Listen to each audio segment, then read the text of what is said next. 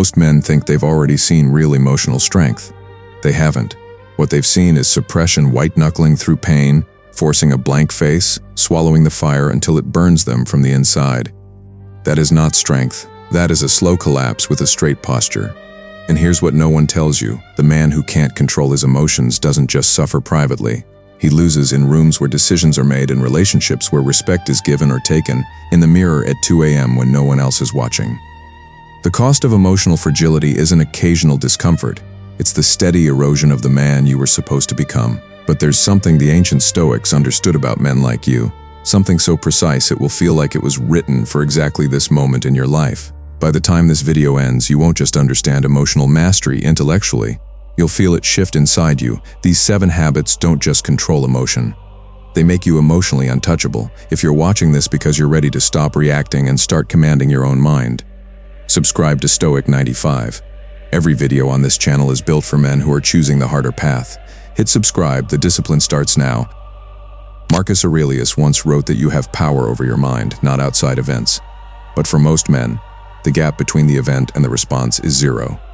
Someone disrespects them, they react, they get bad news, they spiral, their plan falls apart, they collapse. No pause, no space, just emotion moving through them like electricity through wire, uncontrolled, burning everything it touches. The first Stoic habit is this: learn to live inside the pause between stimulus and response. There is a space. That space is where your power lives. The untouchable man doesn't react, he chooses. And the ability to choose requires time, even if that time is measured in seconds. When emotion surges, the Stoics didn't try to eliminate it. They asked, is this within my control? The moment you ask that question, you've already won. You've created the pause. You've inserted reason between impulse and action. That pause is not weakness. It is the first mark of a man who cannot be moved by what others do to him. Start practicing this today. When emotion arrives, any emotion, breathe before you speak. Think before you text, walk before you decide. You're not suppressing, you're selecting. And the man who selects his responses becomes untouchable to the chaos that destroys everyone else around him. Here's something that will be uncomfortable to hear. Every time you've ever said, he made me angry, or she ruined my mood, or that situation broke me, you gave away your power, you handed control of your inner world to someone else, and they took it. Every time. The Stoics called this the fundamental error. Epictetus, who was a slave and knew something about having no control over external conditions, said plainly, men are disturbed not by events, but by the opinions they hold about events. Not the betrayal. Your interpretation of the betrayal, not the failure. Your story about what the failure means, not the disrespect. Your decision to let it land. Radical ownership of your inner states means you stop being a victim of your own psychology. It means you acknowledge that no one has access to your inner world without your permission. Not your boss, not your ex, not the traffic, the algorithm, the rejection, or the economy. You are the gatekeeper. And most men have left the gate wide open their entire adult lives. This isn't toxic positivity, it's sovereignty. The difference is everything. Positive thinking says, ignore the pain. Stoic ownership says, feel it, name it, and then decide what it means. You're not pretending life is easy. You're refusing to surrender your interpretive power to forces outside yourself. That refusal is the foundation of emotional untouchability. There is a specific kind of man that people cannot figure out. He doesn't rush to explain himself. He doesn't defend himself in the moment. He doesn't react visibly to provocation. And paradoxically, this silence makes him more powerful than any loud rebuttal ever could. People watch him, they wonder about him. They respect him in a way they can't fully articulate. That man has mastered controlled silence, and it is a discipline, not a personality trait. Silence is the Stoic's most underrated weapon. When you speak impulsively from emotion, you reveal your soft spots. You show exactly which buttons can be pressed to destabilize you. But the man who pauses, who watches, who waits, he gives nothing away. He cannot be easily manipulated because no one can read him. The Stoic Marcus Aurelius led the most powerful empire in the ancient world. Historians note that in crisis moments he became quieter, not louder.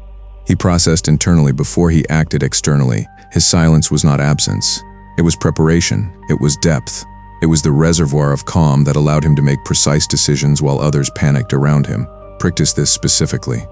The next time someone says something designed to get a reaction from you, at work, at home, online, give them nothing. Not cold shoulder, not contempt, not theatrical silence. Just stillness. Calm observation.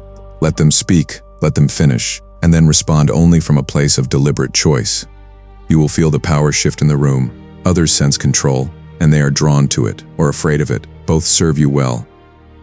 Most men are suffering because of comfort. That sounds backward, but stay with it.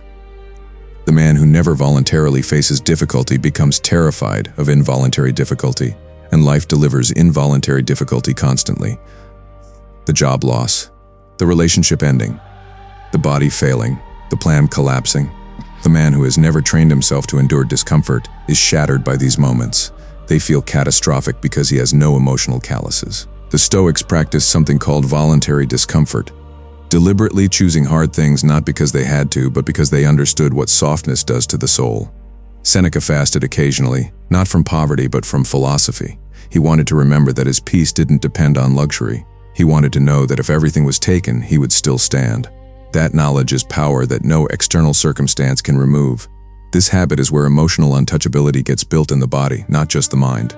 When you wake up early because you chose to, when you take the cold shower, when you do the workout, when motivation is absent, when you sit with boredom instead of reaching for distraction, you're sending yourself a message. You are proving to yourself that you are not controlled by comfort or discomfort. That proof accumulates, and the man who has proven himself to himself is difficult to shake emotionally, because he knows something about himself that most men never discover, that he can handle it. Whatever it is, he can handle it. This is the habit that separates the psychologically free man from the permanently anxious one. Most men are emotionally enslaved to outcomes. The meeting must go well. She must respond. The investment must pay off. The effort must be recognized, and when any of these expectations aren't met, and they often aren't, the man crumbles. His emotional state is entirely hostage to results he cannot fully control. The Stoic concept here is the dichotomy of control. There are things within your control, your effort, your preparation, your attitude, your choices. And there are things outside your control, other people's decisions, the economy, luck, timing, reception. Wisdom is knowing the difference. Strength is acting fully in your domain and releasing everything outside it. Detachment from outcome is not passivity. This is the most critical misunderstanding. The Stoic does not care less. He prepares more. He executes more deliberately. But he releases attachment to how the universe responds to his effort. He gives everything in his control, and he holds loosely everything outside it. This is not indifference. It is freedom. The man who needs a specific outcome to feel okay is always one rejection away from collapse. The man who has trained detachment is never destabilized because his worth and his peace are not stored in results. Think about the last time you were emotionally destroyed by an outcome. What if your suffering was not caused by the outcome itself, but by your grip on requiring it? That grip, not the event, was the source of your pain. Loosen the grip. Keep the effort. That combination is the mark of a man who cannot be emotionally wrecked by the world's unpredictability. The Stoics kept death close, not morbidly, strategically. Memento mori, remember that you will die, wasn't a depressing practice. It was a clarifying one, because when a man genuinely remembers his own mortality, the things that used to destabilize him start to seem different. The insult becomes small, the failure becomes temporary, the fear becomes manageable. Death is the ultimate perspective engine. Marcus Aurelius wrote in his private journals, never intended for anyone else to read, words like, "How many great men have been forgotten? How many empires have turned to dust? How short is this window?" He wasn't being nihilistic, he was calibrating. He was using the awareness of death to strip away the noise and leave only what mattered. Virtue, purpose, presence. When you practice memento mori, small provocations lose their power over you. The man who disrespected you at work in the context of a finite life, how much emotional space does he deserve? The plan that didn't work out in the context of 80 years, what does this one setback cost you really? You stop spending emotional currency on things that don't deserve it. You become selective, intentional, undisturbed by what is genuinely small, even when it feels large in the moment. Try this. The next time something provokes strong emotion in you, ask one question. Will this matter to me in 5 years? In most cases, not all, but most, the answer is no, and that honest answer changes everything. It doesn't mean you stop caring, it means you start caring about the right things in the right proportions, with the right level of emotional investment. That calibration is power.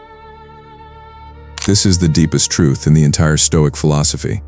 And it is the reason that some men can lose almost everything and still appear unbroken. Marcus Aurelius used a specific image. He called it the Inner Citadel, a fortress built not from stone but from character, discipline, and self-knowledge, a place inside you that no external force can reach. Not failure, not betrayal, not loss, not humiliation, not abandonment. Most men have never built this. Their emotional stability depends entirely on external conditions being favorable. When life is good, they are okay. When life is hard, they fall apart.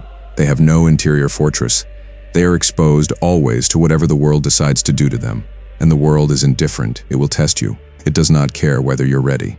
Building the inner citadel means spending real time knowing yourself, your values, your line, the things you will not compromise on regardless of pressure. It means having an internal reference point that doesn't shift when outside circumstances shift. The man who knows what he stands for, who he is, and what he will not do, that man cannot be fundamentally destabilized. You can take his job, his relationship, his plan, his status. You cannot take the citadel. It is his alone. This is built slowly. It is built through every moment of choosing integrity when dishonesty was easier, every moment of choosing calm when rage felt justified, every moment of choosing discipline when comfort was available. Every small choice is one more stone in the wall, one more layer of the fortress that makes you over time genuinely, permanently, emotionally untouchable. You started this video as one version of yourself. You end it knowing something you cannot unknow. Emotional untouchability is not a gift. It is not a personality type you either have or don't. It is a practice. 7 practices built daily, layered over time until the man who used to be moved by everything becomes the man who can stand completely still while the storm moves around him. The pause before the response, the ownership of your inner state, the discipline of silence, the courage to choose discomfort, the freedom of detachment, the clarity of mortality, the construction of your inner citadel. These are not just ideas, they are tools. And right now, today, you can begin using them. The world will keep testing you. People will keep provoking you. Life will keep handing you conditions you did not choose. None of that changes. What changes is you. The man you become through these practices is not a man who never feels pain. He is a man who feels it without being destroyed by it. He is a man who carries his peace inside him, not outside in the approval of others or the outcome of events. He is the man you have been working toward, and he is closer than you think. Which of these 7 habits is the one you struggle with most? Be honest with yourself and drop it in the comments. Not for me, for you. Because naming what holds you back is the first move toward freedom. If you know a man who is losing himself to emotional reactivity, who reacts before he thinks, who lets the world dictate how he feels, send him this video. Not because you're judging him, because you see what he could become. That's what men who are growing do for each other. Stay disciplined. Stay dangerous.